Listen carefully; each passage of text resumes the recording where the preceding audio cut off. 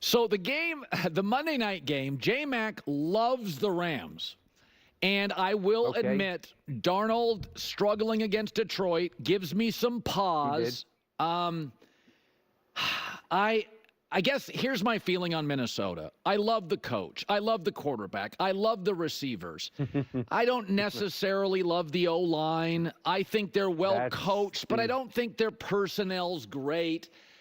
The Rams are at home. I think they've got a more stable, talented team, unit to unit, whereas I think there's some stars in Minnesota, but a few holes. I'm kind of interested. Rams' young defensive front is healthy, yeah. twitchy, and I kind of think they match up well with the Vikings' O-line. What do you think? I agree 1,000%, and the tape shows that. The Vikings O-line has struggled throughout this season in pass protection. And Darnold, one of the reasons he's become really good this year is he's willing to stay in the pocket and deliver the ball late in the down with bodies around him. But this Rams D-line, particularly their sub front, where they have Turner and Fisk inside, Young and Verse outside, I think that's going to cause problems for this Vikings O-line. And you could make the argument that right now, as a rookie, that Jared Verse is the best speed to power rusher in the NFL, and Wow. he's going to give problems to this O-line. So that to me it'll be an overlooked element of this game because everybody, of course, focuses on the quarterback and the skill players. But I think that could be where this game is won and lost. This game has gotten so juicy, man. This is so cool that it's Monday as well, because we're going to see how all these other games unfolded, obviously on Saturday and Sunday, and everybody will be talking about it on Monday, and then it'll be leading up to this game. And so we're going to see, was there anything shocking that happened? Did the Commanders roll the Bucks? Did the Eagles lose to the Packers, the Broncos, the Ravens, like all of these things. And it's all connected when having discussions about these teams. Very rarely do we have the ability in sports media, and I don't say we as in like me part of it. I just mean like in terms of like we all fans, everyone consume it, to look at things in isolation. Everything is so momentum building and it's all connected. Seeing like if we see the Packers roll the Eagles or something like that, then starts to give you ideas for how a game like the Vikings versus the Rams will unfold or something, right? It just kind of feeds in to that narrative building of all of this. And so that's why I think this game will actually be, especially because it's the last game of this playoff run of this, week, that it'll be one of those things where the intensity and the tension will just keep building and building and building. And I'm all for it. I love it. I absolutely love it. In terms of how this game is exactly going to unfold and what's it going to be on, I think ultimately it's going to come down to Kevin O'Connell, actually. Because I do think the Minnesota Vikings should be in a position to beat the Rams and should win this game. I don't care about it being on the road and this or that. Sean McVay, Matthew Stafford, awesome. Awesome. Praise the Rams all season long. And I think they're very high level, truly. But I am actually putting this on Kevin O'Connell more than anything to essentially set Sam Darnold up to succeed in this situation where give him an out. Give him the ability to find his way through just being attacked relentlessly by a pass rush.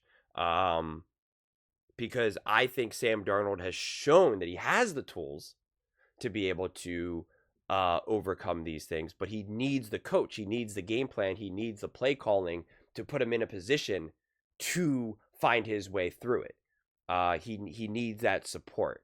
When a quarterback is not doing well with a lot of pressure and blitzing, like the first person I look for is actually the coach more than the player itself. Because again, the player needs the answers. He needs to know where to go with the ball. He needs those options.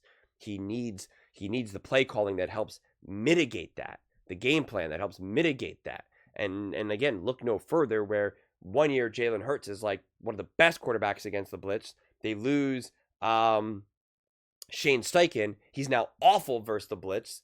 and then they get Kellen Moore, and now he's back to being pretty good against the blitz. Like it's that's how those things change, and it's not like the quarterback fundamentally changed. And sometimes a quarterback really just will struggle because they get too sped up, they're not fast enough to kind of move around, they're uncomfortable in the pocket, they're seeing ghosts that everyone just loves to lump at Sam.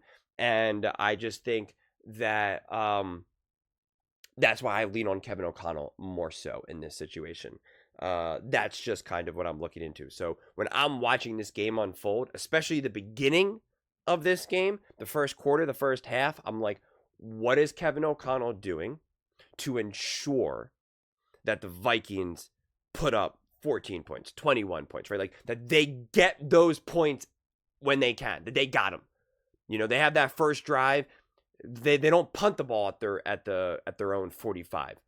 They get that touchdown. They get that touchdown. And of course, if it's different, if you see Sam Darnold overthrowing someone or you know missing a read, whatever it is, then sure, that'll change the observation. But I'm really being locked into what is Kevin O'Connell, and part of that is because I just have so much, such a high respect for him. And I'm like, if the Vikings are going to win this game, it's not necessarily going to be because of the heroics of Jefferson and Addison and TJ and Sam.